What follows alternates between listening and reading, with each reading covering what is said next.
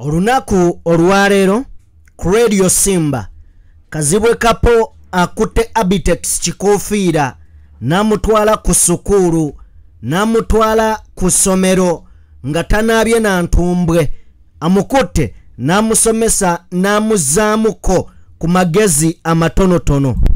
Nawulirako mwami Abenga agamba nti amasanyalaze ga maama w'omugezi Segiri ate kateeka wempe manje okusinga aga Kyagulanyi era kati kyali mu kuwalugera nti abantu abagoberera Kyagulanyi bagoberera bugoberezi kyogerera walusebo nakati akizemba bagoberera bugoberezi naye Nalukola yali munafu ga natagako n'okuteekako nti nono bagoberera mugoberere munafu abajjaati be b'amaanyi abajjaati babeera ab'amaanyi abajjaati be bamufulu ab'amaanyi anti be bambulo be b'amaanyi kati abajjaati kye baba bakola bakubenga nnyo abantu b'enyalemu emiggo n'akalulu ka 226 babasabula emiggo babamenye n'amagulu bawangule ebifo byonna.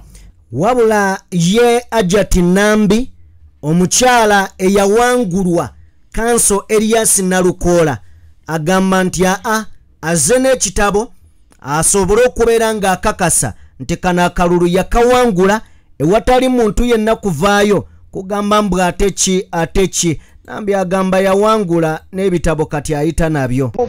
Mu kifo ekimu yalinamu obululu 19 nga ninamu obululu 9 mu busatu. That is Angola. Kazangola Lugoba ne Kazangola Kona Zone. Okay. Nupu yalinamu obululu 21 nga ninawo obululu 10-11. Nupu yalinawo obululu 69 nga ninawo obululu 4. Nupu yalinawo obululu 12 nga ninawo obululu 3. Nupu yalinawo obululu 10 nga ninawo obululu 837. Ewalala nga Nupu yalina 1039 nga nze ninawo obululu 28. Abali okumpi abasemberedde omukyalo oyo mumukwate mu kifuba mumugumye otherwise asemberedde okugwa eddalu mu ngeri y'emu. Former Vice President Edward Juwanuka Sekandi wakati ng'eddwaliro lya Lubo waliganye okuggwa adonatinze ettaka bwaguuga bazimba amakomera. Uganda awe tuli tuzimba nnyo amakomera okusinga ebirimu amakulu. Yetegekera ki kusiba abantu oba kwongera kubeera nga banyweza mu ngeri y'emu. Munnayuganda aliye yatugoberera era atuwuliriza njagala kutegeeza nti nnaku z'omwezi 18 Uganda ebadde yetegekerera okubeera ng'esitula olugendo lwayo ogenda mu ggwanga erya Bungereza. Okusinziira ku mawulire ge tufuna galaga nti gavumenti y'eggwanga erya Bungereza yasazizaamu bino ng'era ensonga gyewa yeekuusa ku ddembe ly'obuntu eririnyiriddwa ennyo mu ggwanga Uganda. Okusinziira ku bakulu abatwala ekitongole ky'ennyonyi mu ggwanga Uganda bavuddeyo ne basambajja amawulire gano wabula ffe weetuli okubeera nga byonna tubikutuusaako. Waliwo munnaffe eyavuddeyo ku mukutu ogwa CNN Buterevu.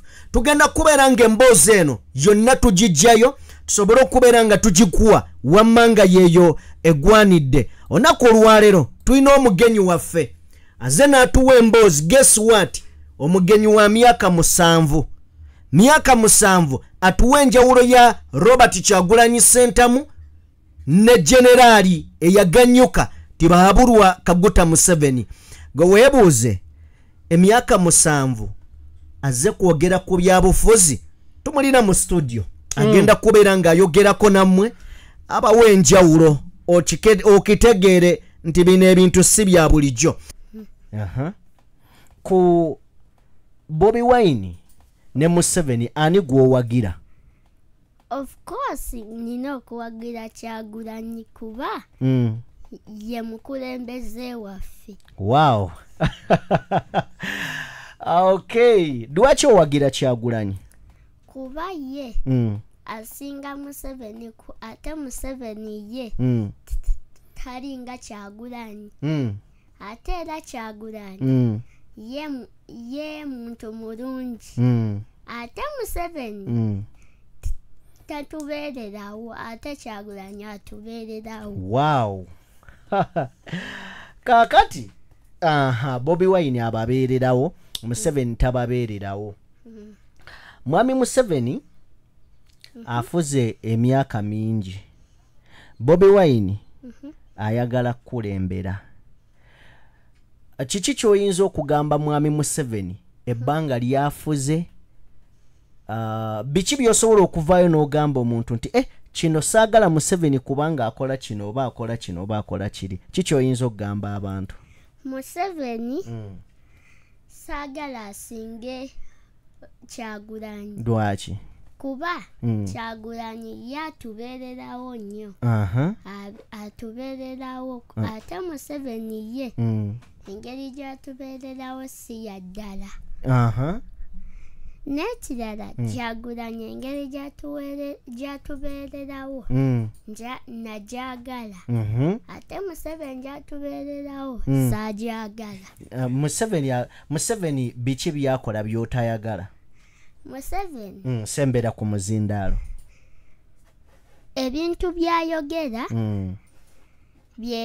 byebisooka kyekisooka bimunyiizaako. N'ekirala Museveni akola kiye wobeeraawo Museveni n'omuwulira ayogera ebintu by'otasuubidde kwogera. Wangi?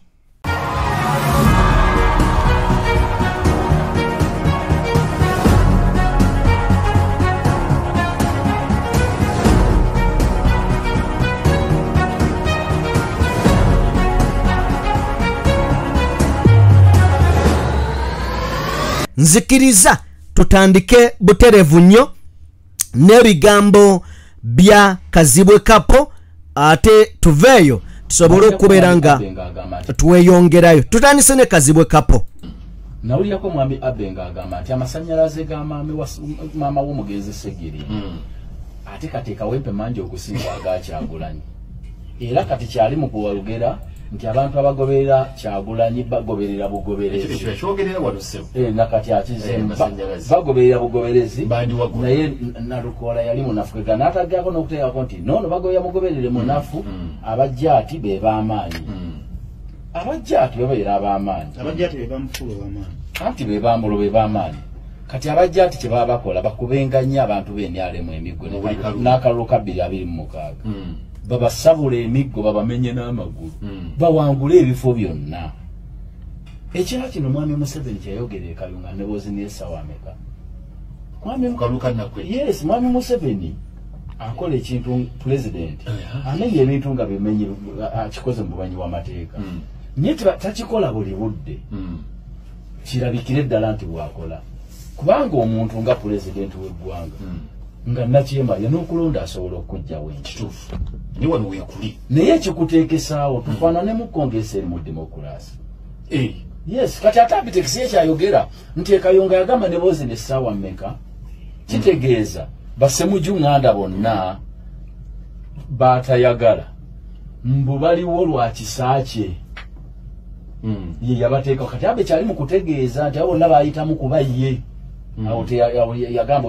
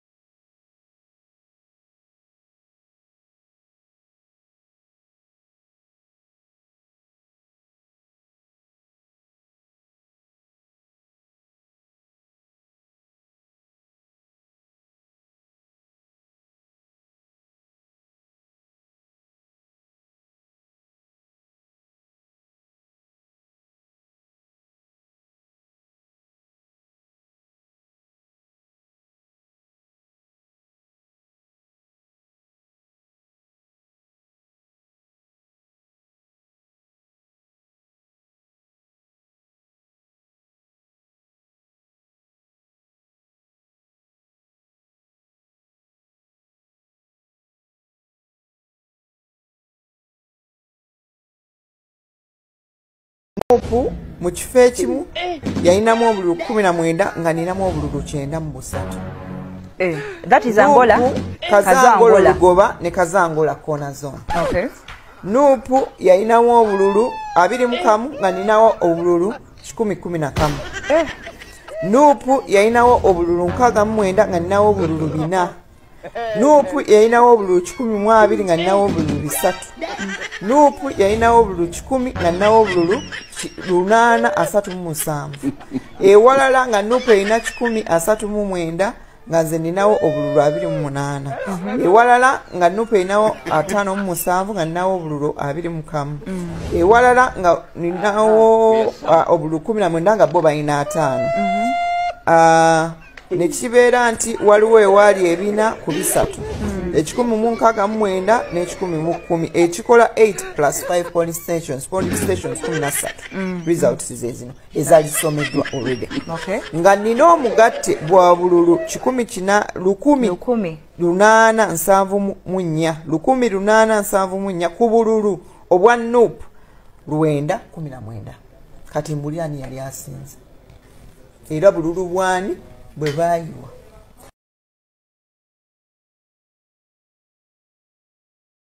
Atuwuliriza owulidde omukyalo oyo kugamba kyali Nuupu versus Nambi so Sinalukola versus Nambi okitegedde kuba kyandibadde nti Nuupu versus NRM mu busiru bwe yawulira Nuupu versus Nambi.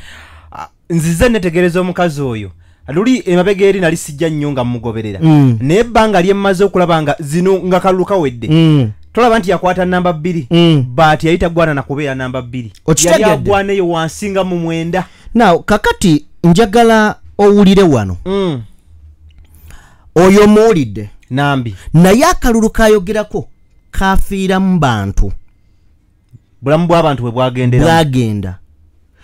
Lwaki nkugambye nti oba oliawo Uganda erekerawo okusaasira n'emisoto emito najjo tugikubiremu. Kino nkyolekeza ku bigambo nga nkijja ku ono okuva ku kitaawe nkituusa ku oyo ali ku screen oyo omuwala oba oyo omukazi Nambi. Tubireete ku mwana eyafiiridde mu bbaala. Yafiiridde mu bbaala. Nalabye ku komenti z'abantu nga bagamba kaafe. Naye nga lwaki? Kubanga kitaawe w'amagye. Ate nga akolera banene. Kati abantu bagunjizawo n'engombo mututta n'amasasi kutuwamba na tutulugunya nammwe kamufe ku butwa nga kyekiriwo oba okitegeera. Taata w'omwana oyo bwe yabadde ayogera yagambye nti oba kinaakostinga ki ateeka okutuuka ku bottom y'ekyo baani abassa omwana we kugamba yeewera era bajja kusasula omuwendo gwe gumu ekitegeeza nti nabo balina kufa. kitegeera naye njagala olowoozeemu omwana w'oyo w'oyo omwami nga yabadde ayagala ekifo ky'ono Nambi olowooza era tebandisse bantu kati taata we bwe mubanga muyina obulumi mulumirirwa Mwami Museveni byakoze ensi eno mutabani wagamba bwati my father General Yoweri Kaguta Museveni told me a cup of month years ago that I must make UPDF a killing machine. Tata we bwamugamba nti tata wange General Yoweri Kaguta Museveni yangamba emyezi emitono egiyise. Kitegeeza kyakakati tekiyise kwa myezi mingi. Si kya myaka. Kya myezi mitono. That I must make UPDF a killing machine. Era nawunzikanga agamba that's what we are working on. Era tukiraba. Tetuli mukolako. Shoot and kill. Kiddayo ku bigambo byenze mbagamba nti abasirikale basirukale. Kino tebasobola kyeyambula. Lwansonga nti era waliwo yakibambaza. Lwansonga omusirikale bale wano njagala muwulirizewo bulungi ngenda tuwalirawo akadde. Omusirikale tajeemera biragiro abigondera si bigondera alagirwa bulagirwa. Omusirikale musirukale omusirikale roboti robot bw'oginyiga egenda eno gyegenda paka lwona agikyusa. Kugamba alinga ng'akolera ku remote omusirikale. Njagala owulirize.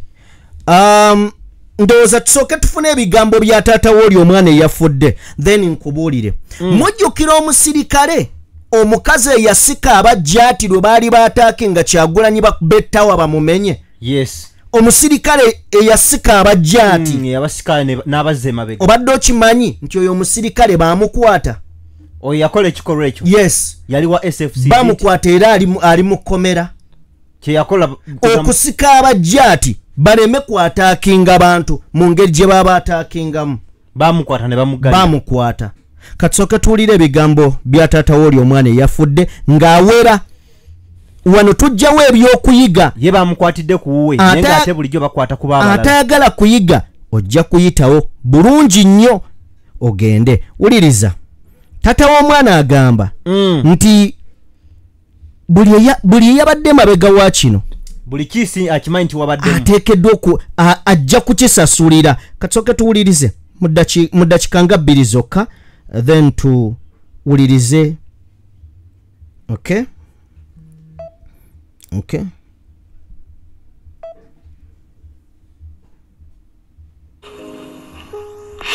Mukabashaho bakeba horuga abasirikare mushabona kugambira je face to face atomwana wa wafire birjeho.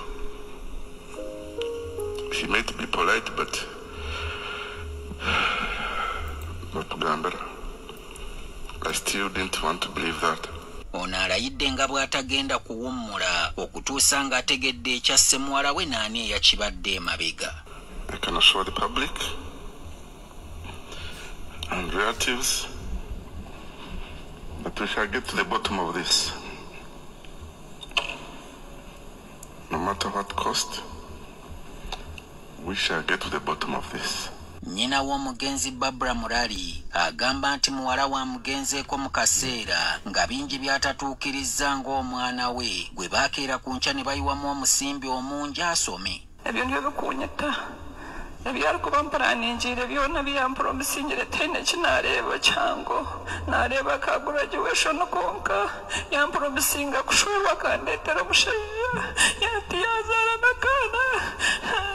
Ekituufu ekyaviiriddeko ahumuza okufa tekinnamanyika wabula nga poliisi ennwe zonna ezisimbye ku kyabutwa naye nga n'ekinaamala eggobe mu kibya ejja kuba alipoota y'abasawo abeekebeza omulambo gw'omugenzi. Kitaawe w'omugenzi Seth Murali ayogedde nga bwe baakoze butassamuka butassamwoyo okakasa ng'ahumuza asimattuka wabula byonna baafuuyidde endiga mu Kino kyabulabe nnyo eri omwami yenna. Alright. Ebigambo ebyo biwulidde. Yes. Olunaku olwajjo bwe nabadde nkola emboozi nayogedde nti nabadde natandise mbagamba mbadde nina okuziika kwendaba. Naye omwana ono aziikiddwa leero jjo kwabadde kumusabira. Leero ne bamuteekayo. Naye bimu ku bye nategedde bazadde b'omwana ono era nayogedde nenga nti kiruma omuzadde yenna ali eyo. Ejo gy'emyaka mwaba atandise okulabira omwana we nga agenda ne kumugasa. Abazadde batunuulira ebintu bingi ng'ogyeko omwana nti ajja bba wa sukaali ne batunuulira ne bagamba omwana eno levo watuuse bamusuubira okufumbirwa. Yes. Bamusuubira nayo okubeera n'omwami aleete ku ssanyu ewaka. Ebintu bingi abazadde bye batunuulira. Yes. Kitegeera era maama we mbigambo yagambye nti tandeetedde na ku musajja mmulabako. Nabe yamugamba talina kyatuukiriza. Okitegedde ndere ku baana be. Yes. Tasobodde ampadde kadiguli kokka. Akatakyayinza kati kugasa kintu kyonna. Okitegedde. So nti mu maziga gakaaba talina na muzzukulu gwagenda kulabirako ku mwana we. Oyo agenze kiruma. Ne wakati mu kuluma kwa bino njagala nammwe abafuga eggwanga abali mu bitongole ebyokwerinda mumanye ng'obulumi we mubuwulira ne famire z'abantu ze mumalirawo abaana nabo bwe bawulira. Nkiddamu bwe batyo bwe bawulira.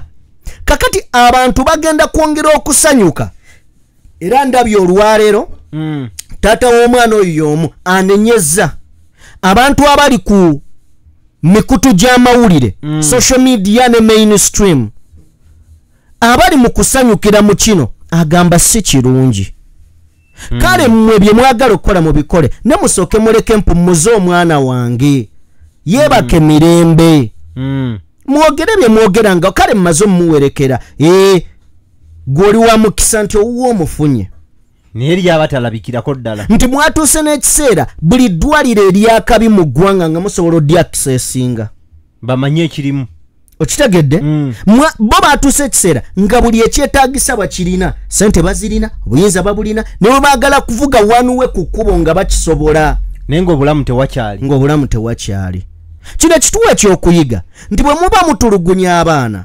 mubatulugunye nga mumanyi balina bazadde baabwe balina bakyala baabwe balina abaami baabwe balina abaana yes byonna mubikole yes ne musuubire nti si mmwe bakatonda si be basembayo katonda jabbawo embeera ebagezesa muwozi ali mutugamba nti taata w'emyezi egiyise mabega katono yamugamba aba UPDF abafuule killing machine kitegeeza bagenda kuwataakinga abantu ba bulijjo twatunuulira abantu ba jati ndowooza etuveeyo bino byonna mbireese ku mukyalo oyo nti kitaawe y'omu ku batalina mutima gwa ggwanga batta abantu mu nsi nga gyali eyo be bateekateekera NRM tebalina n'obusasi tabulina omwana we yasomera bweru wa ggwanga akomyewo ne gye yeesimbye si gyabeera naye gwe baagala akiikirireyo lwansonga nti balina obuyinza now tujja ne tutunuulira emu ku mboozi gye njagala gwe munnayuganda ofune oggyemu ekyokuyiga waliwo munnamawulire munnaffe amanyiddwa nga Nestroy Kayongo akola n'omukutu gwa BBS Telefina. Nestroy Kayongo yavudde n'asharinga emboozi eno gye ngenda okuwa esatulatinze ku mitimbagano ku mikutu mingi ayagala ogisomako bulungi ojja genda ku mukutu ogwali takagwa osome ku mboozi eno njagala owulirize ndowooza nsooke mmale n'okukyusa wano njagala tusooke tukyuse wano tuzzeeyo omukulu ono emboozi eno njibawe oyo ye General Yoweri Kaguta Museveni okusinziira ku mboozi eno eraga nti munnamawulire amanyiddwa nga Nestroy Kayongo yavuddeyo n'ayogera ku munnamagye owa UPDF ali mu kitongole kya UPDF tumumanyi nti wa SFC ne wano batugambye wa UPDF Major Kismat eyalabibwako mu katambi nga akwata abasirikale ba jati obutakuba abantu ba bulijjo ababiri be yasika nazze mabega abo akatambi tetukataddeyo ne buli omu yakalaba yes kigambibwa nti omukyalo ono Kismat ekyo kye yakola bakama be bakirabanga okuviolentinga amateeka agafuga UPDF oba agafuga omusirikale bagamba nti okwata abasirikale abo abajjati bakomando n'abasikayo bamulabanga ekikolwa kye yakola ekyali kitaasa ab'ekibiina kya NUP era bamubalanga eyeenyigira mu kutyoboola amateeka ga UPDF ng'ayambako aba NUP ba foot soldier vidiyo eyo gye mwalaba yasatulatinga ennyo kigambibwa nti ono omukyala yakwatibwa era n'asibibwa ku Semwai gyali sawa zinembuya yes ku Semwai ebimu ku ebyo njagala kutegeeza bagamba wano batuwongere batugamba nti omukyalo ono okugamba bano baveeyo ba withdrawing from kantisome nga bwe kiri that after withdrawing her team from the scene she was allegedly arrested and charged on orders from above kati above yanyo ya oluvannyuma lw'okulagira banne baveeyo ba withdrawing bave ku siini ono yakwatibwa ku biragiro bya order from above tetukyamubuuza ye Museveni ne mutabani we biba order from above yes kubanga Muhoozi asobola okuwa order, Museveni asobola okuwa order, zonna ne zikola. Kati kwaba ababiri kwe kuli eyalagira, ate omu aba yalagira n'omulala yakkiriziganya ne munne, olw'ensonga nti basooka kiteesaako. Now batwongerayo batugamba nti okusinziira ku Nestroy Kayongo, emisango egivunaanibwa Major Kismati mwe muli okudisobeyinga, including disobeying lawful orders, obutagoberera na butagondera mateeka. Okitegedde? Failure to execute duties and subordination order, WPDF Act. Nti emisango egyamuteekebwako otyo mwe muli obutagondera mateeka ge bamuwadde, okulemererwa okutuukiriza ekyo bakama abe kye bamutumye, n'okubeera nga yamenya etteeka erya UPDF Act. Tugambye kuba ate gwe osikayo bakuba. Okitegedde? Kati kiddamu kiri kye mbadde mbagamba nti abasirikale basirukale, roboti ezitategeera nga bazitegeerera okusinziira ku peeso liri abayagala okuzannyisa.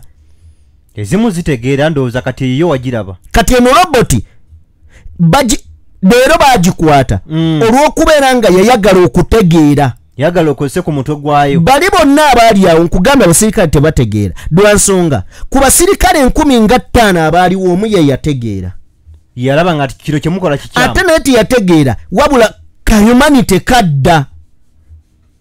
Bwe kadda n'akola ekyo olwedde bano baakubanga alaba, yagenda olaba kisusse n'afunamu kali ka sense of humanity.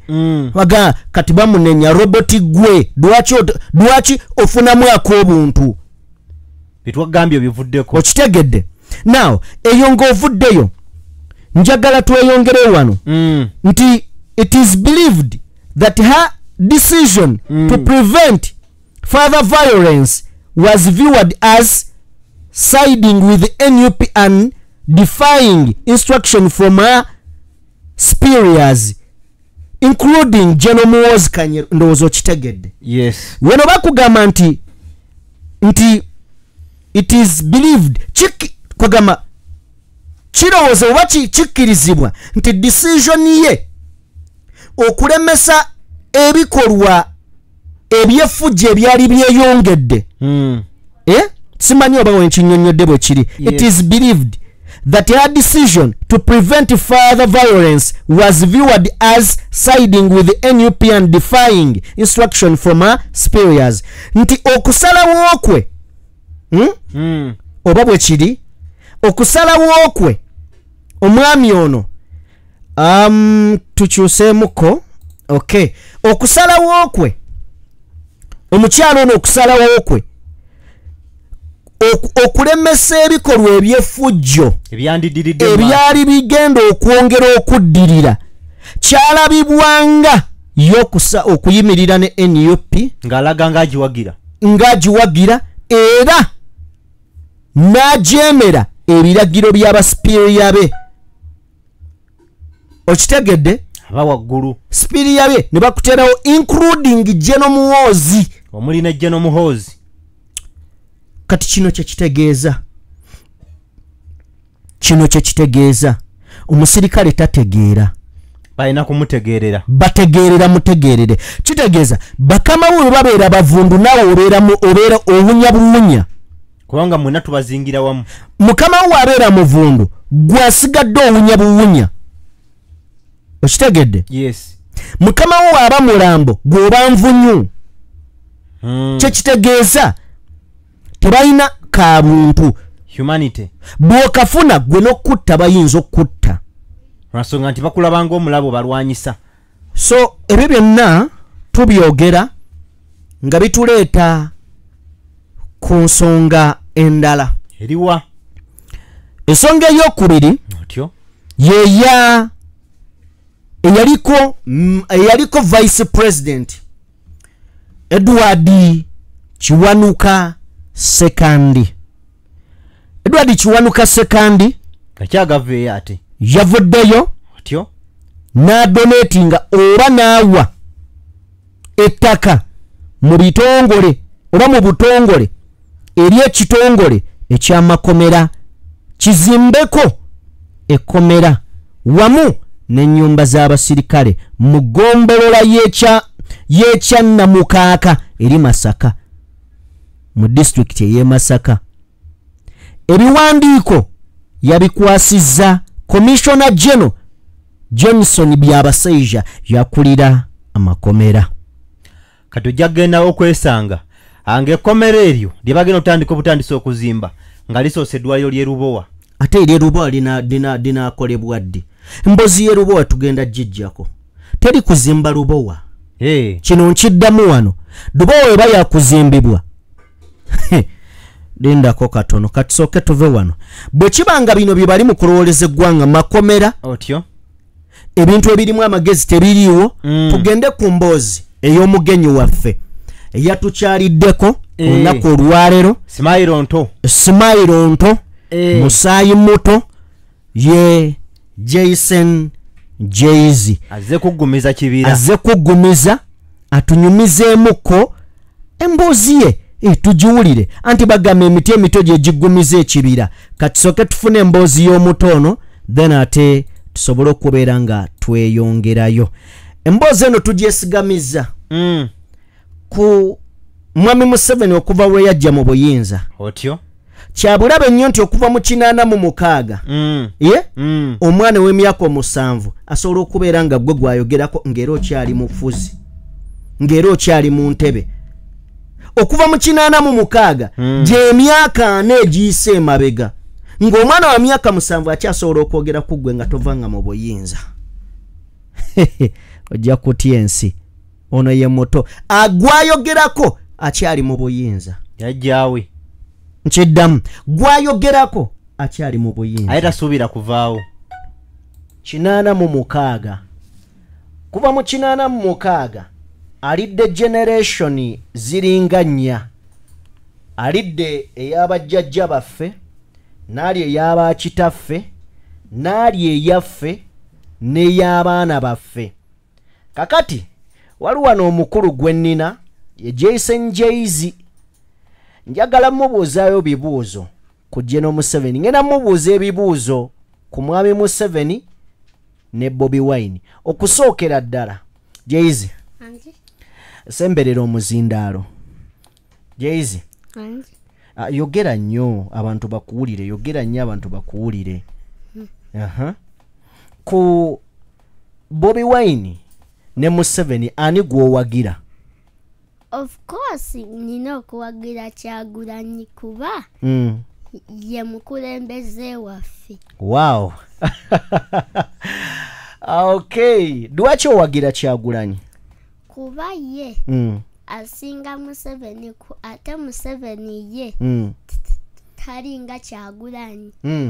Ate era Kyagulanyi ye muntu mulungi. Ate Museveni tatubeererawo ate Kyagulanyi atubeererawo. Wow. Kakati Bobi Wine ababeererawo, Museveni tababeererawo. Mwami Museveni afuze emyaka mingi. Bobi Wine ayagala kulembera. Kiki ky'oyinza okugamba Mwami Museveni ebbanga lyafuze?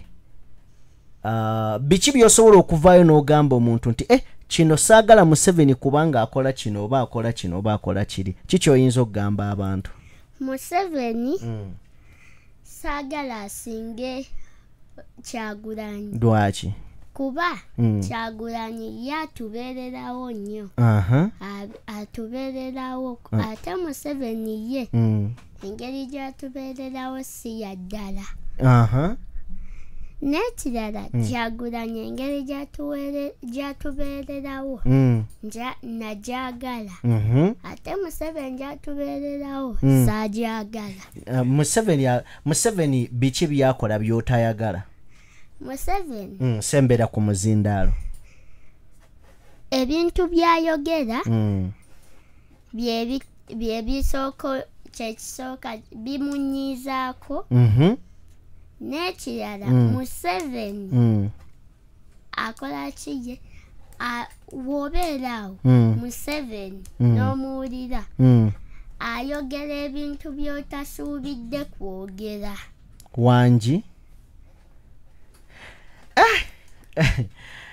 otegeera otya ndi Museveni ayogedde biki by'otayagala ebyo byayogera era kale biki byayogera by'otayagala?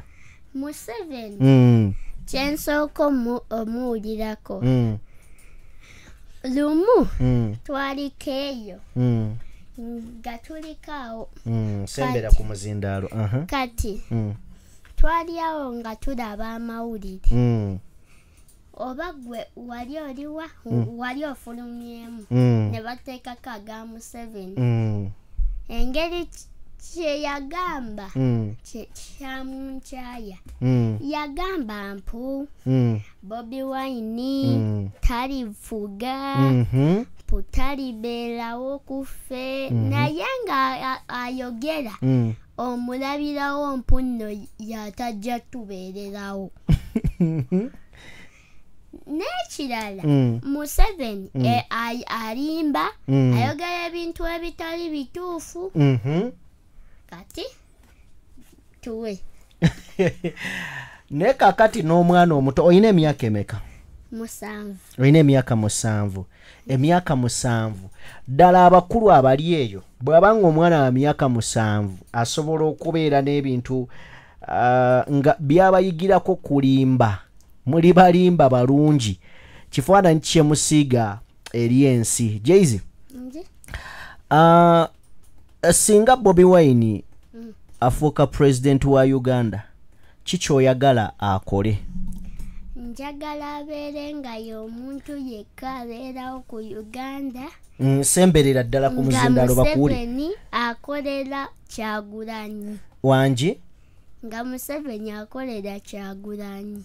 Oyagala Bobi Wine aba abeerawo Museveni abeere mukozi wa Kyagulanyi kyoyagala ate abaana abato kikyoyagala abakolere? Abaana abato kyagala agondi Kyagulanyi semmanyi ku Kyagulanyi abaana abato abaagala era Museveni wattira omuntu Katonda agondi Kyagulanyi akitegeera. Kakati Museveni atta abantu oba tabatta? Museveni nawuliddeyo amawulire ng'abantu bagamba po Museveni yagambye abamukolera punno buli gwe basanga ng'ayambadde red bamukube bamuyise mu mbeera embi. Museveni neŋŋamba sijja neŋŋamba ku kyana yange nja mukubanga amagi. Kale venna tumanyi nti Uganda ebintu biralamu. Waliwo amawulire agafulumye ku Uganda Airline ge twagala okuba nga ate tuyitamu akaseera kano kennyini wakati nga gye buvuddeko abatwala ebintambula y'ennyonyi mu ggwanga baavayo ne batutegeeza nti bannayuganda mukube mu ngalo era mweyagale ng'ennaku z'omwezi 18 omwezi ogujja officially Uganda egenda kubeera nga etandika olugendo lwayo olugitwala e Bungereza e London mu kibuga ekimanyiddwa nga Gatwick oba ku airport emanyiddwa nga Gatwick e London. Era essanyu lyali lingi okusinziira ku Daily Monitor bwe yawandiika yagamba Uganda Airlines has officially announced the launch date for direct flight between Entebbe International Airport and London Gatwick Airport. Tujja kogedde bulungi tujja kakati ne bakubirawo akafaananyi ne bagamba Silver Airlining simanche bali bategeeza ne bakakubawo mu ngeri ya katyuni ekyo jja kukyenoonyeza Silver Airlining. Now kakati olunaku olwalero we bukeeredde ku machago olwalero golwalero nga tetufunye amawulire genyinza okugamba nti si malungi. Wulira taata n'omwana babizadde nti yabadde abagambye nti amaziga akawunga mugayiwe ndeeta mukyere ate obagambye sokolinde okugayiwa tonagayiwa. Guno gubadde mutwe sadida. Taata n'omwana babizadde Bungereza eganya Uganda Airlines obutageza kubuusa nnyonyi zaayo kugendayo lwa gavumenti ya Uganda kutyoboola ddembe lya buntu. Muzirekere ddala wansi temutawaana okwambusa. Ge mawulire ge tufunye ku makya ne tugamba wait a minute, what are you? Inze General Muhoozi CDF wensi eno nze akuba ettaka n'eggulu ne nditwaliramu yabaffe nze tibaabulwa nze tiibu afuze eggwanga lino n'abazungu temukyayina kimu muŋŋamba mutya nti ennyonyi tejja London gonde mulimba ne tutandika okugafuna. Gye buvuddeko abakulu abatwala ebyennyonyi mu ggwanga Uganda baavaayo ne bategeezanga ennyonyi za Uganda bwe zigenda okutandika okugenda butereevu mu Bungereza ku kisaawe kya Gatwick ng'ennaku z'omwezi 18 May 2025 gwe mwezi ogujja. Wabula abakulu mu Bungereza UK bananyini kisaawe yes bavuddeyo ne bayimiriza olubuuka luno mu Bunnambiro. Entabwe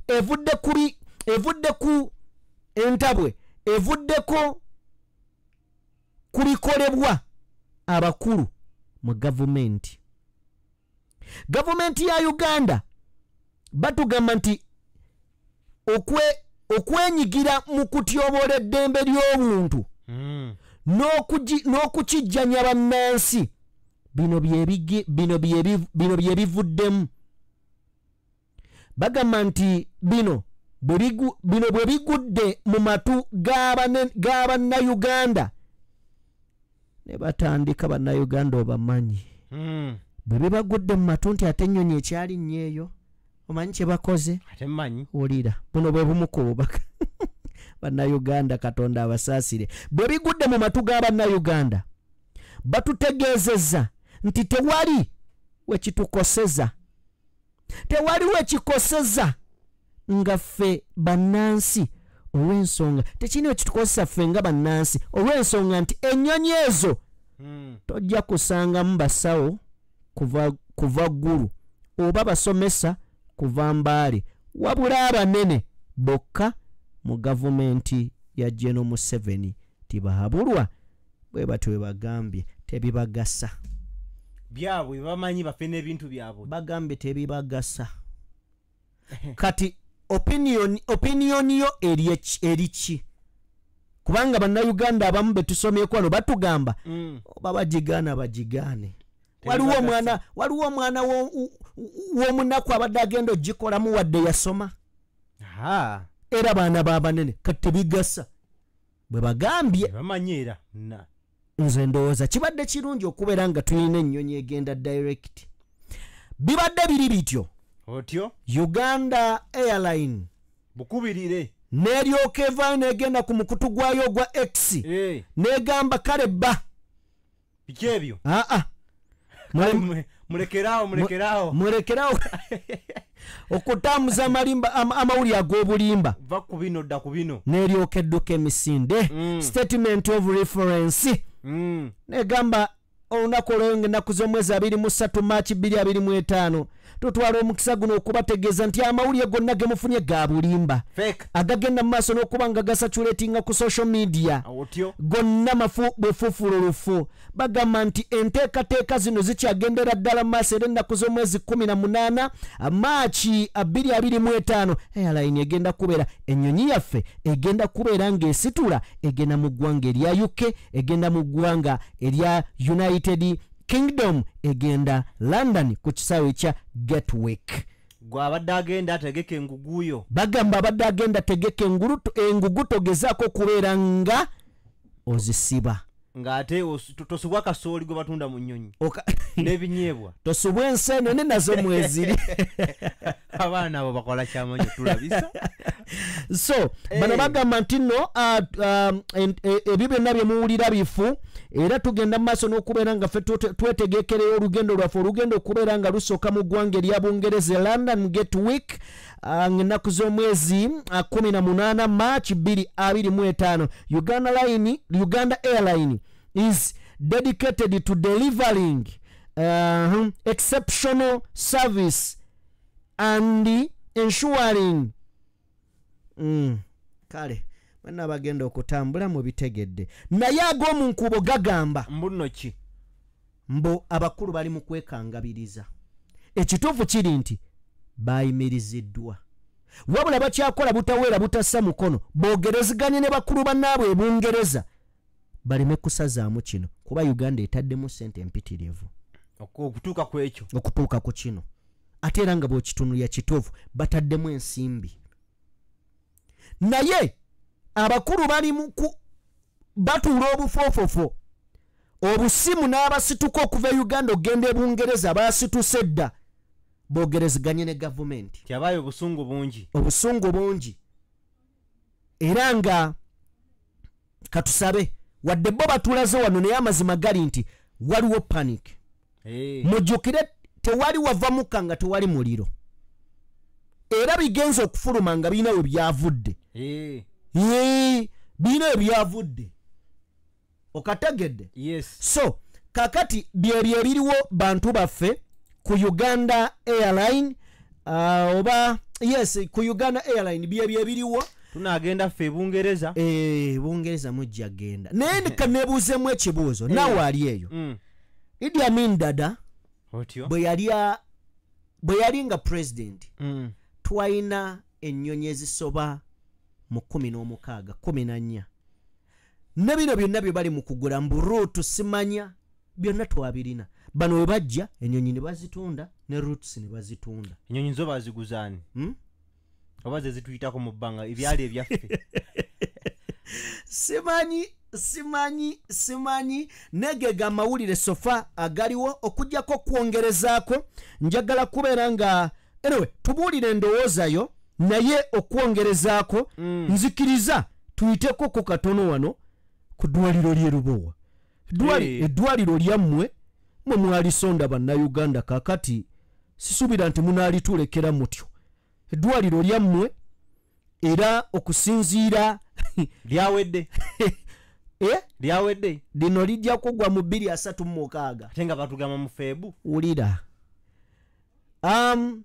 parliament yayisizza trillion 4 mwobukadde 2 zino nno nga nyongereza ze bayongedde ku billions 298 kumaliriza ddwaliro ery'e Lubowa International Specialized Hospital.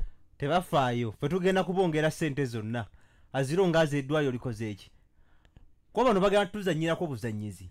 James Paya n'akuba katyoni nga bakulaga akasajja kakutte wirubalo ya ssente kayiwa mu ddwaliro ery'e Lubowa waliwo nno kinnya wansi eyo oba ziri be balizimba mu mazzi nga tetumanyi nga bagamba bwe bati waliwo wano waga power more it's now at 36%. Baze bayuwayo kati bayongedde waga mwongere muyiweyo kakati tutuse ku 36%. Naye baba oba lino libala lidda mabega 36% tetutuuke ku 60 ne liddayo ku 20%. Kuba zo ziddawa anti twakubuulidde gye buvuddeko twakola n'emboozi nga tugamba Robin Nabbanja ne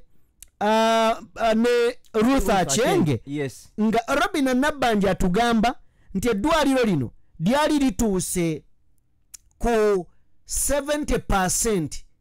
kakati atono bwe yakomye omwaka oguwedde lyali lituuse ku 70% okuggwa era nga lyakugwa mu febu kakati ate jo Luther Acheng ow'ebyobulamu bwe yazeeyo n'atugamba nti ebyo babagamba babalimba eddwaliro liri ku 40 yatugambye 45% ne tugamba omwaka oguwedde lyali ku 70 nga wabulayo 30 liggwe kakati ate guno lizeeyo kakati ate atukubidde kakatyoni n'atugamba nti yaddoyiwa naye ate liri ku 36 tegeza livudde ne ku 40 dikiridde kati ku kyendaba olina sigala nga oyiwa buyiyi kubanga buli wowummula gabanga mazzi osanga kaliddeko geetoddeko naye oyiwa mangu lijjula buli ali mu gavumenti ya Uganda omulaba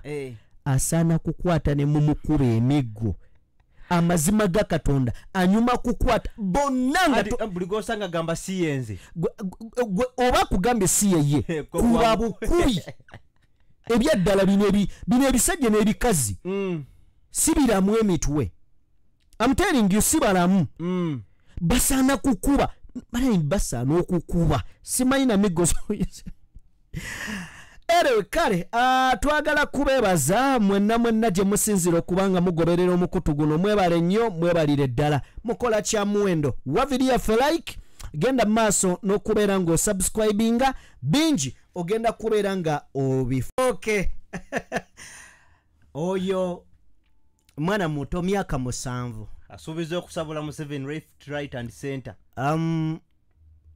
oyinza olowooza nti omwana bamubriefinze yes but bw'obanga owulira nga ayogera by'amanyi now bamugambye byakuraminze njagala sinziira wano okusaba abali mu buyinza n'ab'emikutu gy'amawulire kuba ab'amawulire obasaasira kati balipootinga ekibaleke ki bwe bagenda mu field wabeerayo kutta bannamawulire wabeerayo kutta abantu era ojja kusanga nga amawulire ne bwe banaayagala bakweka ebyokutta abantu ng'era bijjiddemu so abaana bano babeera ku TV nga balaba juzi twalabye omusajja wa NRM ng'ayogera ebigambo ebitali birungi ku programu gy'osuubira nti ezimba ggwanga ey'ebyobufuzi ng'ayita memba wa palamenti munne ekigambo ekizibu bano abaana babeera ku mativi balaba nabo babigoberera kiki kye bagenda okukoppa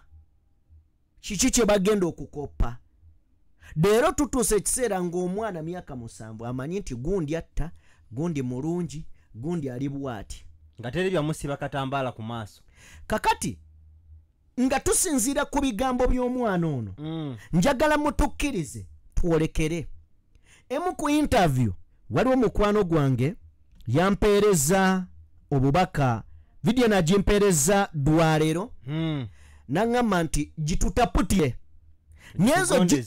nyezo gitunulamu nga mu butuufu yeetaaga okutaputa njagala tugende butereevu mu mboozi eno njagala tugende butereevu mu mboozi eno ya mwami Museveni yagikola nga ali ku mukutu gwa BBC si bwe kiri kakati njagala tuwulirize nga butufumitize ne ku bigambo bya Musaayi muto byatugambye nti Museveni muki mulimba alimba wuliriza interview eno tugitandika bwe tuti tusaba otuwa akadde ogiwulirize tutandise bwe tuti Welcome to the program. Thank you, Christian. Okay, listen, I want to start by asking you, you know, 80% of your country is under 35 years old. They weren't even born when you first... Tujiddemu mulundi gumu. Welcome to the program. Thank you, Christian. Okay, listen, I want to start by asking you, you know, 80% of your country is under 35 years old. They weren't even born when you first came into office. And they really seem to want to change. They want jobs. Why do you think you deserve another term? Ekibuuzo kino bamubuuza bamwaniriza ku program ne bamubuuza nti abantu mu nsi yo abavubuka abasinga bali mu myaka 35 bano baweze emyaka 35 bazaalibwa gwe ofuna omusaala gwo ogusooka mu office ey'obwa president oba okitegedde nti abantu bano bafuna omusaala gwabwe gwali ofuna omusaala gwo ogusooka mu office bonga bazaalibwa gwino ngofuna omusaala gwo ogusooka nga president bonga eno bano nga bo bazaalibwa ekitegeeza tugende mu maaso. Well, because I am the one who enabled the 80% to survive childhood diseases, and we have given them education, and we have given them a base for the economy, and we have a good budget, and we can support them. We can support those youth. So, Mwami Museveni ayanukula agamba nti kituufu weebali kubanga fefe nyini fe twabasobozesa okukula twabagema twabakuza tulina budgeti ebasupportinga obulungi. Mwami Museveni agamba nti abantu okuweza emyaka 35 nganze nkyali mu buyinza kiva ku nteekateeka yaffe n'enkola yaffe ennungi nti twabagema twabakuza bakulidde ku mmere yaffe nobasomesa ne tubasomesa okategedde kati beekwasa ki. Mwami Museveni bamubuuza ekibuuzo ekirala. Mr. President, as I said, they want jobs. Uganda today remains one of the poorest countries in the whole wide world and depends hugely on foreign assistance. I want to ask you, 35 years ago, you said the Ulida, bamugamba nti Mwami Museveni tetujja muita President Mwami Museveni yes nti emyaka ejise mabega. In fact ndowooza tukiddemu tuleme kubeera nga buli muntu mubuukira. A good budget and we can support them. Foreign assistance. I want to ask you, 35 years ago, you said the problem of Africa in general and Uganda in particular is not the people but leaders who want to overstay in power. Now you've seen that for the economy really seem to want to change. They want jobs. Why do you think you deserve another term? Well, because I am the one who enabled the 80. Sabo mukulu bamubuuza nti abantu bakuze tebalina mirimu naye nga bakuze gwe olowooza otya nti nno okyetaagisa bakuwa ekisanja ekirala nga bakulidde ku mulembe gwe tebalina mirimu tebalina ki baavu. Omukulu n'atuddamu naga nti basaanidde okumpa ekisanja ekirala kubanga to survive childhood diseases, and we have given them education, and we have given them a base for the economy, and we have a good budget, and we can support them. We can support those youth. So, Mr. President, as I said, they want jobs. Uganda today remains one of the poorest countries in the whole wide world. Tebalina mirimu. Era Uganda esigadde nga yemu ku nsi ezisinga obwavu. Ensi ekwegamba obwavu ova mu bwavu odda kuki? Kweyaguza lujjo. Ezeeyaguza olujjo mu nsi yonna. Ulira. And depends hugely on foreign assistance. Eranga mu kiseera kino muli basabiriza eri amawanga ag'ebweru. Kugamba Uganda tudipendingira ku kusabiriza omukyala kyamugamba tuli baavulunkuse weebale nnyo ffenna tukkiriza nti budget ya Uganda tesobola yimirirawo nga tebatuwoze ekisoboka. Mwami Museveni ayanukula. I want to ask you, 35 years ago, you said the problem of Africa in general and Uganda in particular is not the people but leaders who want to overstay in power. Agamba njagala kubuuza emyaka egiyise mabega wagamba gwe kennyini nga tewali abikwogerera mulala nti ekizibu kya Africa ne Uganda awamu oba okutwalira awamu be bakulembeze abeeremeza mu buyinza. Be bakulembeze abeeremeza mu buyinza abalwawo abalwa mu buyinza. Uliriza mwami Museveni bamusoya. Now you've seen that your country has now changed the 2-term rule. They've changed the age limit, and there you are going for a 6th term. Why do you think that's a good thing? Bagamba nti gweke nyini watugamba nti ekizibu kya Africa bakulembeze kweremeza mu buyinza ne Uganda in particular. Bamugamba ne kakati tulaba nga gwe wajjawo term limit, wajjawo age limit, tukize mu Luganda wajjawo ebisanja ebyali ebibiri n'obijjawo nojjawo ekkomo ku myaka omujja ino okkomako okwesimbawo ne givaawo. Lwaki olowooza nti kati kirungi? Ame Museveni atuwanukula. Jukira omwana omuto yatugambye nti ono si mulimba mulwadde awene enyambwa kabina mulimba. You should check your facts.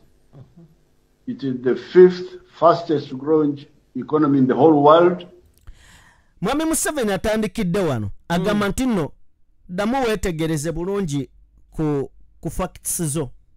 Uganda sebo yemu ku mawanga agakulidde ddala mu byensimbi era nga yenga rankinga yenga rankinga awonze nawe agamba nti ono kyayogedde nti Uganda yemu ku nsi ezijjudde abankuseerenga nayo ye yaguza lujjo. Agamba damu wetegereze facts zo. Bw'oba weerabidde Uganda yemu ku mawanga agakuze era nga gayimiriddewo bulungi nnyo. Oba president we bamutwala manyi kati bayinza okuleeta nga bakuyisa ku luguudo lwa express ne batakuyisa mu binnya ne bakuvuga ne bakuleetakawo ku ssaawa ya Queen n'olaba amakula n'olowooza nti munnaayi n'ekaseese yonna we biri. Owange baali bamuyisizaako ku Salama Road. Simanyi bwe baali bagenda okuyisawo papa bamala dikola. You should check your facts. It's about to become a middle income country. Mwami Museveni agamba nti Uganda is about Uganda kwegamba esemberedde okubeera mu nsi eziri mu middle state income. Nga Kasajja byatugamba nti economy sweet. So Uganda mbweriawo nebino ebigambo ebya Uganda yabyogera ndooza emyaka giringa 3 kwene emabega nakati tukyali mu nsi zinamba lujega naye nga ate yatugamba nti at least yaddeko tweyongereyo. Now regarding the politics, the management of society, yes, I said staying in power for a long time without democracy. Mark those words. But if it is mu 1986 Mwami Museveni yayogera ekyo nti ekiremeseza Africa ne Uganda in particular okubeera nga zikula zeeyongere be bakulembeza abeeremeza mu buyinza. Mu 2006 najja n'atugamba mu kalulu nti kyeyali ategeeza bamukwata bubi. Yali ategeeza nti ababeeremeza mu buyinza nga tebalondeddwa democratically. Kati wano nga tugamba bikoting nga ngeri yatugamba tubikoting. Anti kati wano bakimubuuza. Nalo katugamba nti tukikoting. Agamba mu mark those words bulungi nnyo mukitegere nti nze nali ngamba nga tebakulonze okiregedde naye nze wendi kubanga bannonda bannaye bannayuganda bannaye mwebale kulonda generaali mwebale ekirungi mubeewa bazanze sirimu. The democratic will of the people, because we have got so many things to deal with.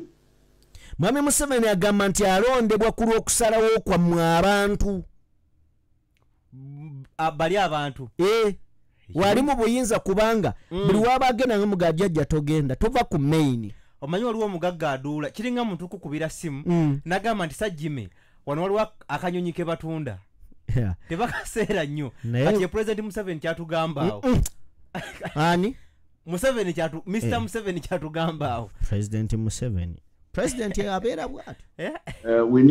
If we need all hands on board, then it's correct that we have all hands on board. You call yourself still a freedom fighter. I want to read to you the words of your main opponent, Bobby Wine, young man. Ulira bamubuuza nti you call yourself weeyita omulwanirizi w'eddembe freedom fighter kati bamuleetera ekyo tebamugambye nti oli freedom fighter bamuga weeyita you call yourself weeyita a freedom fighter weeyita si freedom fighter wabula weeyita yeeyita freedom fighter ekitegeeza nti naali mumubuuza talaba bwa freedom fighter bwe. Man who seems to have energized young crowds. He basically said in one of his songs, negwe Bobi Wine yamalayo ekikazi kyakwata ebigambo by'oluyimba ne kitandika okubeera nga byekiwa mwami Museveni mu luyimba mu nnyini agamba nti nno tulaba omuvubuka omuto alabika nga akuvuganya ate nga w'amaanyi mu bavubuka wabula muzimu ku nnyimba ze ayina ebigambo byayogera olira layini. What was the purpose of liberation? What is the purpose of liberation? Omugaso gw'okununula guliwa?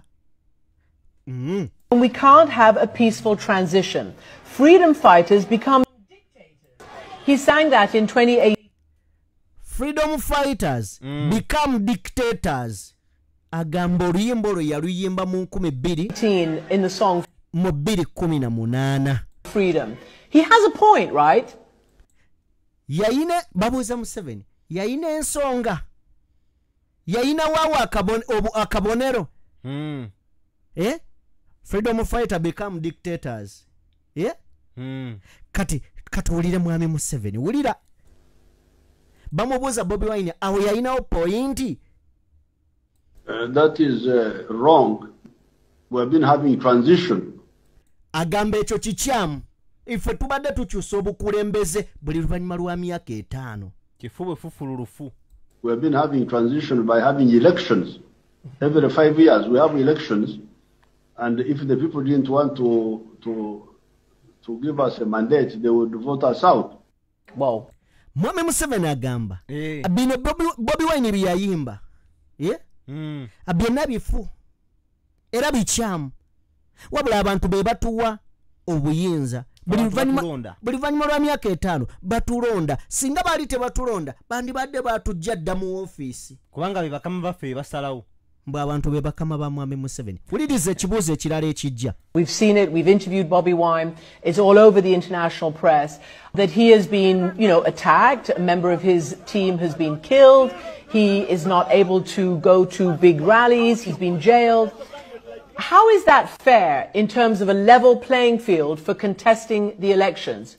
Wulira nti tulabye Bobi Wine ng'ali ku mikutu gy'amawulire okwetooloola ensi naye nga akwatibwa atulugunyizibwa n'abantu be bonna nga bakwatibwa ne bamubuuza mwami Museveni ekyo kiri kitya mu field gye mulimu nga munoonya akalulu nga akuvuganya ye akwatibwa buli ddakiika. Mwami Museveni atwanukula mu kibuuzo kino. Well, first of all, we have saved our people from dying in big numbers from corona. Have you heard of corona? Kaza omusekeredde n'omumusekerera agamba mbu okuziyiza Bobi Wine biri bye bamuziyiza mbu bamukwata bakola biki n'amasasi agaabaluka n'ebiringa ebyo agamba nti twali tuziyiza abantu baffe okukwatibwa corona era abuuza munnamawulire wali owuliddeko ku corona amubuuza gyoli corona asibuka mu Uganda basala bamutwale na mundu ulira has been killing people and has killed very many people in Europe and in the United States. Here we have only lost about 300 people now. We have been able to do that by stopping public gatherings. Now, Mr. Bobi Wine was one of the people who was defying that. In other words, causing the death of the spread of the virus. That's how he ran into conflict with the law. That's how it all started. General Museveni agamba nti ekyo twakikola okuyimiriza Mr. Bobi Wine olw'ensonga nti twali tuteekesa amateeka ga COVID mu nkola ye kye yali ayagala bantu kukwatibwa bulwadde era engeri twakkakkanyaamu covid n'atatta nnyo bantu baffe kubanga twasobola okulemesa Bobi Wine okuba laaleeze ennene kakati munnamawulire n'amuwokya ekibuuzo uliriza and then they tried to blackmail the country by rioting. Ndowooza owulira Mwami Museveni agamba nti bwe twalemesa Bobi Wine bo ne basalawo okublackmailinga ggwanga lyogerako biboozi bya bulimba nga bakozesa obwegugungo. You have seen what rioting is in Washington. It was not a good idea. Those rioters who attacked the Parliament building in Washington. But we are very happy that we have not, our people have not died like they have died in your places. Well, actually, Mr. President, let me just stop you there because obviously we know what coronavirus is. You also are holding rallies the same size, if not bigger, than Bobi Wine's. So that's, that's one case. But here's the thing, Mr. President. There are 54 people who were killed in these, in the situation by your security forces in November. Why does he have to campaign in a flak jacket? 54 people have to die. Omukyalo ono abuuza General Museveni nti Mwami Museveni kituufu ekyo kye mwateekawo naye abantu 54 baafa mu bwegugungo obwateekebwawo nga bafa masasi. Namugamba nti naye ate naawe wakubangalaale ennene lwaki kulaaleza abana abantu 54 bandibadde bafa kuba naawe wakubangalaale mu public gathering. Lwaki saidi y'abana abantu 54 bandibadde bafa ewuwo ne batafa anti eno bakubwa masasi ewuwo engalaale ziryokke covid teyabangawo mu biseera bye kulaaleze covid teyajjanga ku olwo covid yagendanga na muyaga gwagendanga eri nga alabika covid yasalanga n'agenda eri ewali Bobi Wine mwami omuntu okufa covid at least afa amasasi.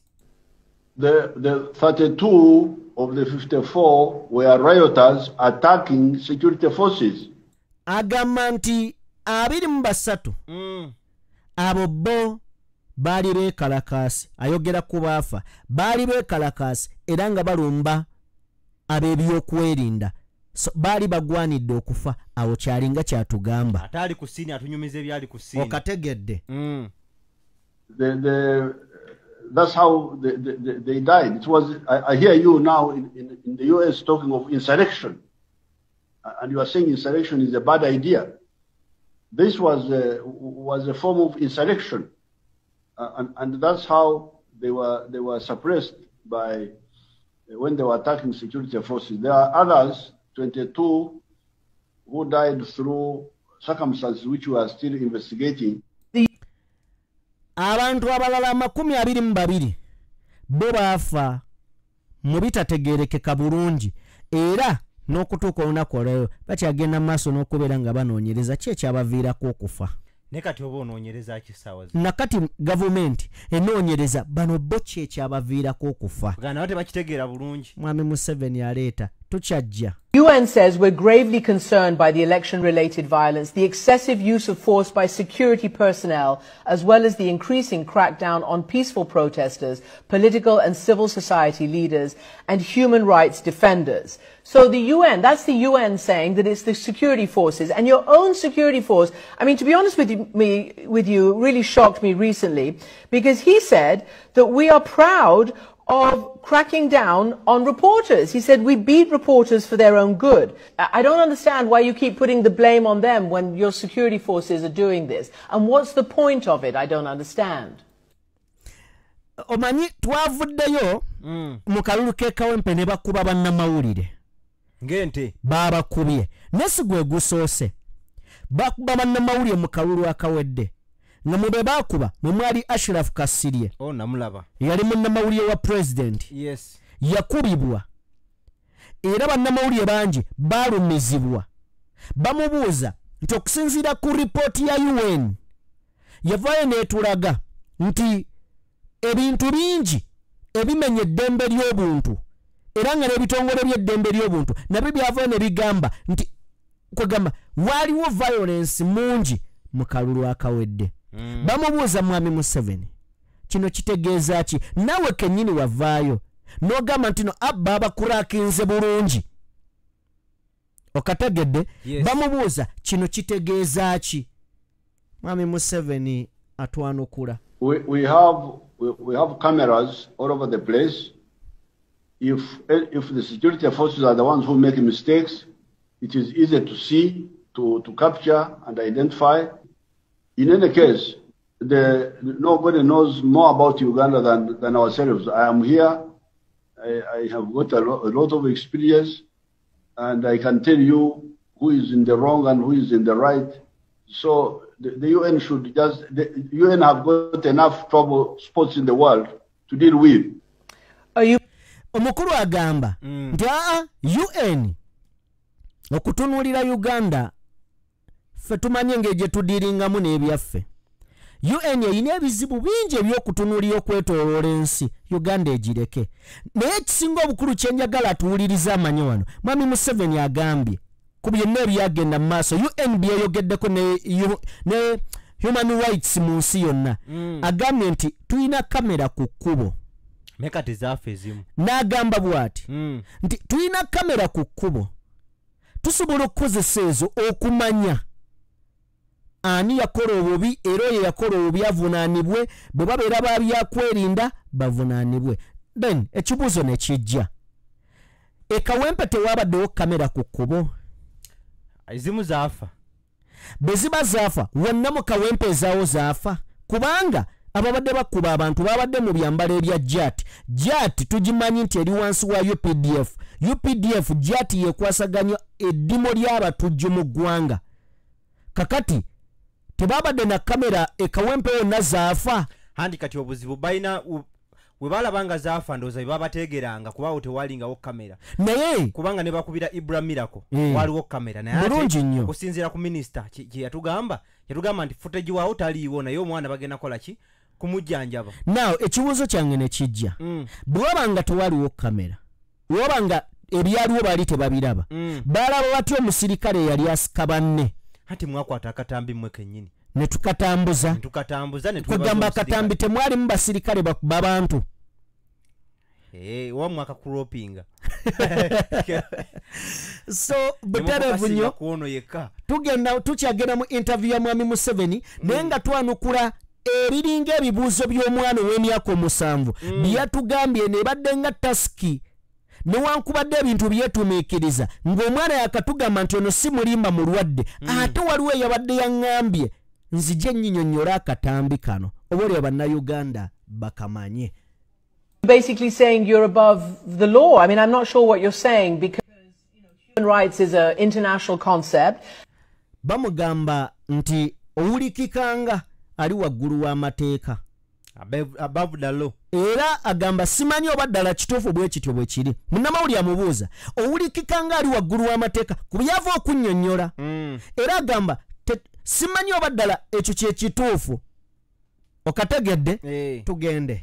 And as you know, Bobby Wine is proposing that the International Criminal Court, which is an arm of the United Nations, investigate you and your senior officials for human rights abuses. There's a 41-page brief saying that police and military have deployed, quote, widespread use of shoot to kill, beatings and other violence. If you have all the images and you're confident of your evidence, will you hand it over for such an investigation? Bamubuuza nti Bobby Wine okimanyi bulungi nti akuŋŋaanya obujulizi okutwala mu International Criminal Court ICC. N'anyenya omutwe. Namugamba nti n'ebitongole by'ensi yonna bigenda mu maaso n'okunoonyerezaako. Era nga Bobby Wine yasabye igwe n'abamu ku senior officers batekebweko sanctions. N'amubuuza nti Mwami Museveni bwe banaaba bazze okola search ono obakkiriza ko ye kibuuzo ki kino? Of course we have no problem. We have no problem at all. Agamba tewali buzibu. Of course, n'abazzukulu bakimanyi. Bajje bakole search ulira. Because there's nothing to hide. There's nothing to hide. And tewali kya kukweka. Ffe byaffe bya mu butangaala. Tukuba abantu tubakuba misana toko kati lwaki banamubuuza ebifaananyi ng'olwedda abikola balaba. Nende bano nabo bajega. Kati banoonya bifaananyi ki? Kyogaba ku bye balina bye baagala. Kyogaba baagala asukke kaawo. Ekibonerezo kisembayo kutta abantu nga tebalina musango omusajja abase. Of course. By the way, you are dealing with people who know what they are doing. Abagamba nti n'ekirala. Abantu be mudiringa nabo bamanyi ekyokukola. Otyo? Bo bennyini tumanyi ekyokukola. Nagira. Sajja ayina empaka. We don't need lectures from anybody really in the world. We know what we are doing. Tetwagala muntu yenna kujja tusomesa. Kyakola. Tumanyi ekyokukola. Sikutulagira. Ekituufu amanyi ekyokukola. Kyakituufu. If it is to crack. Naye bwe bamuwa emmundu bamubuulira ekyokukozesa emmundu. Oba ye bamuwa buwi. Ye n'anoonya ekyokukola. Well, you know, President Trump said that in the United States as well. And you saw, as you mentioned yourself, the incitement to insurrection, the storming of the parliament, the cradle of American democracy by radicals and by insurrectionists. I just wonder what your view on that is. What would you say to President Trump about that? Well, I'm not a lecturer to Americans. They know what they are doing. But insurrection is insurrection, whether it is in the US or in Africa. You should do. Insurrection chechi mu Luganda. Insurrections mu Luganda. Mukitutere mu comment section. Ekyo kyo sikinnemye. Ngezaako okukifunza kimbuze mu Luganda. Insurrections. Nja kudda nakyo. Kyeka kya mu nsiko. Without any extra constitutional actions as illegal and treasonable. But I don't want to lecture Americans. They know what they are doing. Well, as you know, the House has already put forward formally one article of impeachment on the charges of inciting insurrection.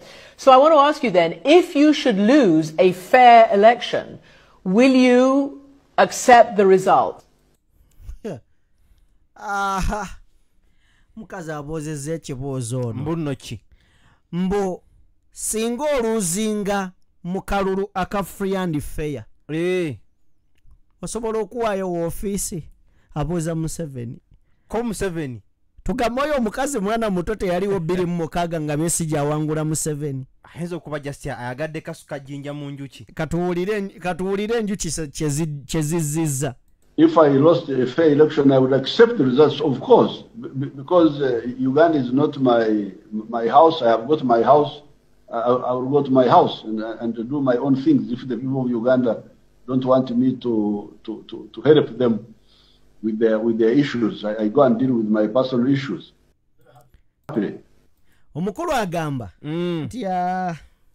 Of course. Ulabagana ka MP. Omukulu agambye. Mbu. Abantu kasita bangamba nti atukoye. Dakebbali. Nga bakoye okubayamba, atuyamba. Atuyamba na buyambi. Nga bakoye okubayamba. Of course nja kudda eri mu nnyumba yange. Nkajjale. Mpa bizibu byange. Mbalekere ensi yaabwe. Naye oyo agamba nti asobola okuleka entebe. Oyo. Nennalukola akyaganya okulayira. Ati kati yekyusiza mu kiti nga mbazzi. Jukira amusayi mutatu gambye wano. Ti omusajja oyo mulimba. Mulimba. Era bw'omugoberera ennyo bw'oti. Oyinza okwekanga otomedde. So, obutereevu nnyo. Twagala kweyongerayo tunatera okuba nga tumaliriza. Kale. I do need to ask you a final question, and that is your constant haranguing and harassment of the gay community in Uganda. The head of the gay rights groups there says it's actually a really scary and rough time. LGBT people are fearful to even vote, as there is a risk that they will be targeted at the polling stations due to all the hate speeches. What are you afraid of? Why does this group, over the years, why is it so utterly oppressed and harassed? Who is haranguing the homosexuals? Who has harangued them? You and your government, your churches talk about them. You know, maybe security people, but people in the streets as well. There is a climate of impunity in Uganda for anti-gay opposition and harassment and oppression. Zino ntalo za bisiyaga. Naye omukulu bwe bali bamubuuza ku nsonga z'ebisiyaga wano ku mukutu wano omukulu yatulaga nti ate ensonga y'ebisiyaga si kikulu nnyo gy'ali. Tetukiteekako nnyo nasira. Temukyesibaako na nnyo, oba tugiwulirize oba tuveewo tugende ku birala. Katugiwulire. Why in 2021 is that the case? Now we have a problem of social imperialism from some parts of the world towards Africa. Homosexuals are not new to Africa. They have been here. We know them, but we have got a different view of them. We think they are deviants. They are people who are deviated from the normal. They are not killed, they are not harangued, they are not persecuted, but we don't promote them. We don't promote them. We don't promote and flaunt homosexuality as if it is an alternative way of life. But we don't agree with the Western way of promoting homosexuality as if it is an alternative way of life. Alright, tugenda komaawo ku mwami Museveni wabula asembeyo ng'agamba ku nsonga y'ebisiyaga nti yes, abasiyazi we bali mu Uganda. Ate tebazze leero. Babaddengawo. Ne Bayibuli eboogerako. Naye tetubatta era tetubattanga. Naye byonna nga bikolebwa tetwagala kikolebwe ng'ate mmwe mu bazungu we mukikola. Mukiteekamu ssente ebeere ng'engeri endala omuntu gy'asobola okuyitamu, engeri endala gy'asobola oyitamu mu bulamu kufunamu akasente. Okategedde? So mwami Museveni bwe yali ateeka omukono ku tteeka ly'ebisiyaga yagamba nti yagamba mbu omuntu gwe basanga ali ebisiyaga ttibwe bwe bakusanga ng'oli Land Road nga oyina omusiyazi mu nnyumba just Land Road oba bakusiba emyaka 15 ne wano ndowooza owulidde ye byayogera birala ne byeyateeka mu tteeka ate ne tukizuula nti owedde babadde bafuna ssente z'ebisiyaga. Nendoza bajja kuvaayo bazitwanye. Tukyabuuza accountability yazo. Naye banyegolooza. Tebasobola kunyega. Adisi batugambe nti empapula zaabula. Era bagamba ani yatulinyira mu luwombo. Mutukkirize emboozi tugiveeko abuterevu tubeeko we tuwolekera ewalala era nga tugenda okubeera nga tunnyukira emboozi yaffe ey'olunaku olwaleero. Ono former Katikkiro wa Buganda eyawummula. Ye iziti mulwanya muli Semwogerere. No, ono si ye Semwogerere.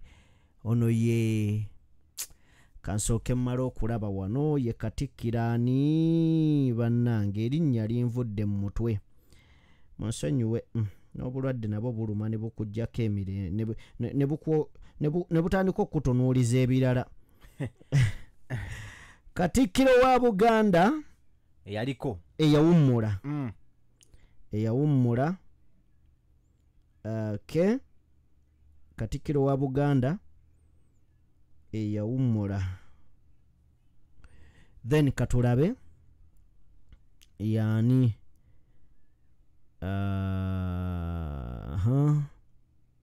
nakumiranga na biwoobe. Katikkiro wa Buganda eyawummula bamuyitaani bannange erinnya terigenda.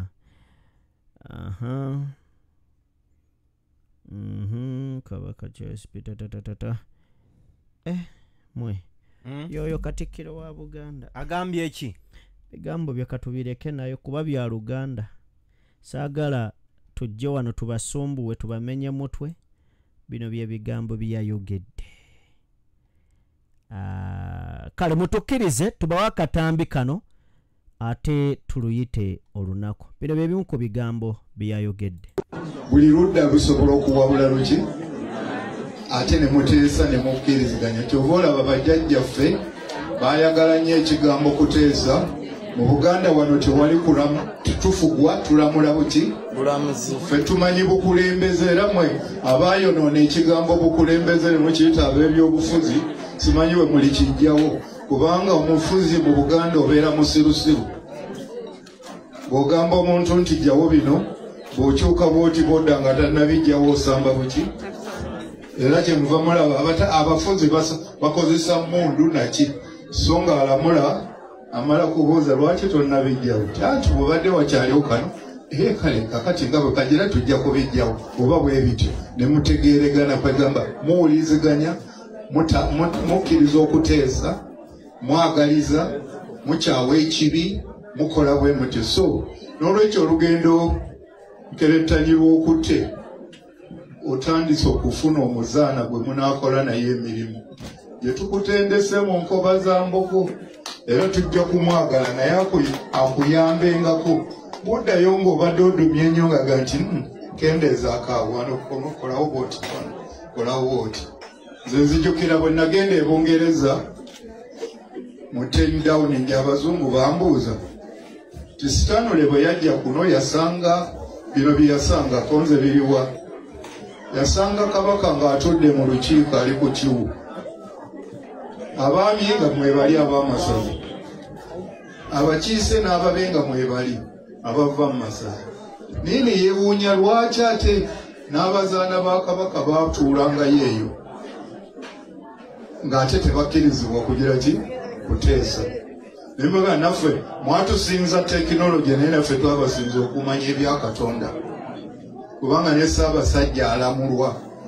Kyemuva mulaba nga tulina n'ekika kiramba ekironda ekironda gundi Kibaale alamulira eri kabaka n'abazaana be ne gundi naye eyo bwebaayo era kyova owulira nga tugamba Kibaale alamula ki kabaka. N'olwekyo amaka ojja kulamula mulamuli kubanga ne bali ne be banenengana eyo naye ekyabaleeta mu lukiiko ne ŋŋamba Abazungu mukama waabwe ayinza okuduma ennyo n'aboggolera kweba gw'atandiboggoledde. Be badde eri nga Kibaale bamubuulirako nti muyitire waliwo ekyasomye nga bamuga nti lwaki Kibaale waboggoledde kweba ng'ate musajja waakola bino ne bino muga wamma gwampiseeko oba obadde olagidde gundi genda olekeraawo mugambe aveeyo akomewo. Mulabye obukulu n'olwekyo obufumbo gye buva tetujjamu buziri kwesanyusa. Tulina emirimu egigendererwa okutuukiriza egy'obwakatonda era kyemuva mulaba nti obw'owasa n'ofumbirwa olwo osobola okuba nga bakuyita omuzaana wa kabaka era ne bakuyita n'omusajja waani wa kabaka. Mufube nnyo tutuukeyo eyo mufuuke omuzaana n'omusajja waaki. Abasajja muli baami naye mumanye obwami bwammwe gye mubujja kubanga bwewabanga towasizza ne bwoba n'ennyumba nnungi ng'eyo ng'eriko emiryango omulambo baakubanga kituli guyisaamu teguyita munnange. Kyekibonerezo kye baawanga omusajja atagize eki. Lwaki? Kubanga bakubala nti buli lw'otuuka ku myaka egifuna munno oteekwa okufuna munno mulamule n'abaana mubakuze nga mubakuliza mu ngeri ya Katonda gy'ayagala ensi ye egireki erabirirwe. N'olwekyo mwerekeraawo kweyitanga abafuzi era kyo ekirungize kye mbaagalako bamanyi oli yakozeseza bya bufuzi ng'omanya nti awaliwo obusirusiru togendayo bigenda n'abantu balamula oba bateesa buba bukulembeze tebubeera muki bufuzi. Nawano omukolo nga guno teguyinza kuyitamu singa bano tebatukulembedde bulungi era mbeebaza okutukulembera era nza saba okussaamu ekitiibwa engeri gye mukoze omukolo guno n'oguliddako gibeere mirungi. Mbassaamu ekitiibwa kubanga abavubuka bange buli lwe bakola nange ne mpulira nga bagenda nti ensigo gye nasimba etandise okugira ki okukomera. Era mulabye n'abakulembeze baba n'ayogedde ko Bazambogo gye bavudde ate bangi nno, ate oyinza okusanga ne Kyagulanyi gwe mwagala naye alinayo ki okugulu. Era bwe muyita yajja amanyi ne kintu tunaayogera, naye mwe abalala mwagala kwogera bino biri bino kakati nga bwe mwalabye okwekakalakasa kuno okwakoleddwa kwalaze nti wano tewali bukulembeze wa ddaka. Nze bwe nazaalirwa ng'omujaasi tayinza kuyita mu bantu kyali kive, ye bamuyita ng'eriyo ntalo oba munaalwana nake mwabanga n'abapoliisi. Naye bwe muba muneekalakaasa, owa poliisi teyeetaaga kumanya na lwaki mwekalakaasa, wabula abagamba bugambi mwagala kuva awamulage wanti wano munaaba bameka nti bwetuti. Bwe muba abangi ennyo nga munaaziyiza ebidduka nga baga mujja kusimba layiri, bwe mutuuka we mwagala nga baga nti no ngeri bwe muli bangi abasatu abana bagende batwala ekiwandiiko kye mugira ki kye mwagala. Naye wano balwana n'abantu, ate ng'oba oli awo balwana ababiri abeekalakaasa baagala na kuyamba bo mu kifo ky'okusula mu buyumba nga buli bwendaba bwe basulamu, naye tebakitegeera bakuba baki bakuba. Era kale nno kyemuva mulaba nga baŋŋambye nenga nti kamuwerekereko, newankubadde nze sitera kulwa nnyo bweru, naye nduddeyo olwokubanga muvubuka wange njagala buli kyakola kibeere kirungi. Alamula, awuliriza, ateesa, ayagaliza, takyawa, ate naye yennyini akkiriza okuwabulwa. Kyemuva mulaba nga tugamba kine Kabaka tatufuga tugira ki alamulwa buki bulamulwa, kubanga naye alamulwa ki Kibaale. So teriyo mu Buganda ateekwa kuba nga talamulwa. Abo be mulaba abatalamulwa be batuleetedde emitawaana gy'emmundu muno. Ffe twakola omusirikale ow'emmundu tajjira ddala wano, otwamanya nti tumutrayininga nga bali abalala be bagize eki be bazze. Era kyemuva mulaba Kabaka waffe kati ali mu buzibu kubanga ndowooza nyinza noga nti mukwate. Ffe Kabaka waffe teyabeerangako basirikale bamundu. Mu nnono yaffe ne bw'oba Katikkiro n'ofiirwa n'ogenda oziika kwolwo tolaba Kabaka, kubanga oyinza okutwala ebisiraani by'ogize eki biryezi. Naye ate omusirikale tetuva tubeera n'abambowa. Abambowa bika byaffe bye bibasiigayo. Omumbowa yabeera okumpi neki ne Kabaka, kubanga ye yajjiriranga omulimu amanyi neeyisa. Omusirikale ayinza okuba nga yasse omuntu ate n'asemberera ki Kabaka. Ekyo mukimanye nti tuvudde ku nnono tuzze ku bintu ebitali makulu ate nga n'ewa Katonda tebirinayo kitiibwa. N'olwekyo mbeegayiridde mulabirire bano bulungi. Era ate ekirala ky'empozi kyendabye ekinsanyusizza, Emmamba n'Omuteso baatuzaalira omwana. Waliwo wano omuntu omu atera okutuvuma ng'agamba bino biganda biri bigundi. Naye nange we nazaalibwa, nze bwe nali nsoma twali twagala n'amawanga ago. Era Emukati singa manyino okumanya ono waava nanimuge nti njagala ondabirayo Emukati kuba n'Abateso mbalina. Nawumulira Nankole naye nga sidduse waffe nga mwana mulalu. Ne mpumulira e Bugishu, ne mpumulira e Kitigumu, naye nga tugenda n'abakulu bategedde nti omwana yagenze ne munne Gindi. N'olwekyo ffe twali tetusosola bayikwogera nti oli munankanya oba munyolo nkwetaaga weeyagale ng'omunyolo n'omutoolo bwati n'omukalamojja, wabula bwe tubaako kye tuyambagana nkuyamba buyambi oba naawe ogira ki onnyamba.